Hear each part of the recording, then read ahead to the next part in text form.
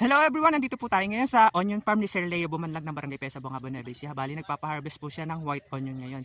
Sir, isa po kayong financer. Opo, Magkano po yung estimated na presyo na na-i-deal ngayon sa sibuyas niyo? 90 po. Ay, 90 pesos per kilo yung good. Opo, Magkano naman po yung naging puhunan nyo dito sa sibuyas niyo? 390 hanggang 400 po. Ay, ganun po yung nagre-range. Sa ilang kilo po yung 3 hanggang... 5.5 po. Medyo malaki din po yung naging puhunan nyo. Opo. Sa presyo po ba na 90 pesos, magkakaroon na po ba ng kita yung kasama nyo? Yung kasama ko po, bali siguro tawid gutom lang po nila, baka naibabayad po nila sa kanilang kinautangan. Pero sa pagpundar po, baka hindi. Kasi po sa presyong ganito po, dati po kahapon mataas, ngayon bumaba. Ay, bali malikot yung presyuhan. Paano po yung nagiging, halimbawa, medyo alanganin? Hindi po natin ano, kasi sa panahon po, kahit tira nga po ng bagyo nga.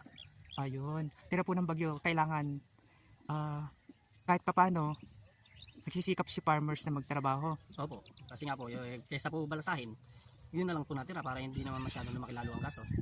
Yun nga ho.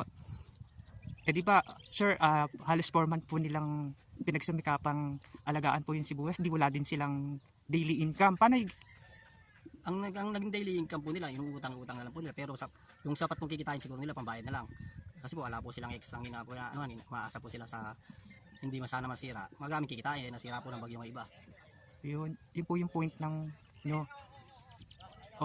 Tama naman po kayo kasi sir si farmers, maghapong nagtatrabaho sa bukid, pinagsusumikapan niyang alagaang mabuti para hindi masira. Opo, sa maghapon po niya, minsan nagdadamo, nag-i-spray, nagpapatubig, ganyan po, para po yung mga natira hindi lalong masira.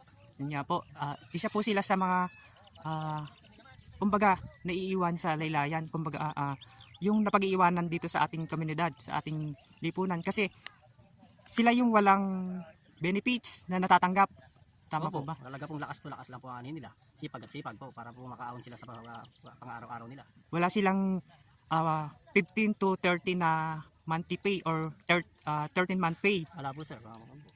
Kaya ini-explain po namin na yung sinasabi ng iba na overpricing sa farm gate price,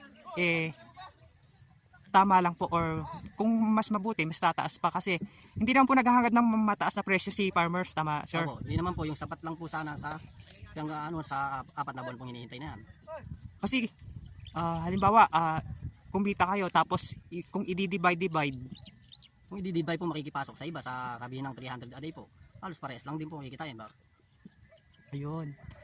Yun po yung side ni sir para naman magkaroon ng linaw na hindi po sobrang taas ang presyo sa bukid. Kasi pinagsumikapan po talaga nilang maigi para naman magkaroon ng sapat na kita para sa Opo, kanilang. nagsapalaran po kasi kami, lalo na po, dinaanan tayo ng isang krisis. Kaya po itong natira lang po ito, kaya po sinasabi nilang kikitang malaki, hindi po masabi. Kasi nga po, ang natira lang po, dahil yun lang talaga ang nabuhay. Yun lamang po at maraming salamat. Maraming salamat din po.